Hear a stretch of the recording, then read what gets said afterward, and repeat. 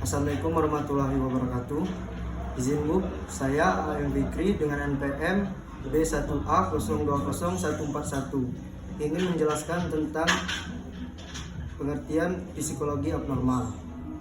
Apa itu psikologi abnormal? Yaitu adalah cabang psikologi yang mempelajari pola perilaku, pikiran, dan emosi yang tidak sesuai dengan norma atau yang menyebabkan gangguan fungsi individu. Kriteria abnormalitas: deviasi dari norma statistik, yaitu perilaku yang jarang terjadi di populasi. Deviasi dari norma sosial, tidak sesuai dengan harapan sosial atau budaya. Distres pribadi, menimbulkan penderitaan atau stres pada individu. Disfungsi, menghambat kemampuan untuk menjalani kehidupan sehari-hari secara efektif. Bahaya, menimbulkan ancaman bagi diri sendiri atau orang lain. Pendekatan dan perspektif dalam psikologi abnormal. Pendekatan biologis, menekankan faktor genetik, struktur otak, dan fungsi neurotransmitter.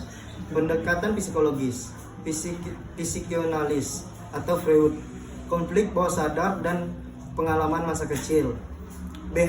Behaviorisme, pola belajar dari lingkungan atau pengkondisian. Kognitif, cara berpikir dan keyakinan yang keliru. Pendekatan sosial budaya, dampak budaya, lingkungan sosial, dan hubungan interpersonal. Pendekatan humanistik, pentingnya aktualisasi diri dan pandangan positif terhadap manusia.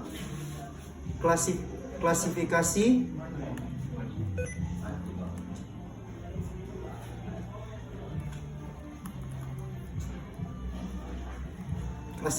dan diagnosa gangguan.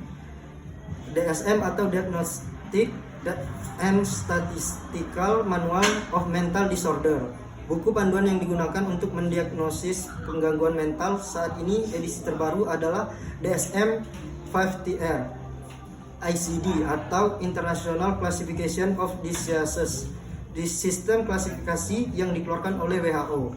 Sejarah perkembangan psikologi abnormal. Zaman kuno. Zaman perilaku abnormal dianggap sebagai akibat dari pengaruh roh jahat atau kutukan. Abad pertengahan, praktik seperti eksorsisme dan penyiksaan. Renaissance, munculnya pandangan medis terhadap gangguan mental. Modern, pendekatan ilmiah mulai berkembang seperti psikoanalisis, terapi perilaku, dan terapi kognitif. 5 jenis gangguan mental atau overview.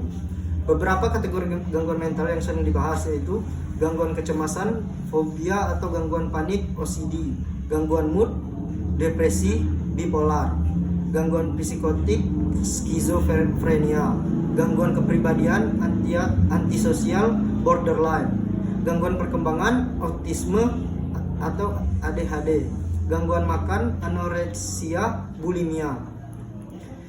Metode penelitian dalam psikologi abnormal. Studi kasus mendalami individu tertentu secara detail. Penelitian eksperimental menentukan hubungan sebab akibat. Studi longitudinal mengikuti perkembangan individu dalam jangka panjang. Studi epidemiologis meneliti prevalensi dan pola distribusi gangguan mental di masyarakat. Pengobatan dan intervensi, psikoterapi,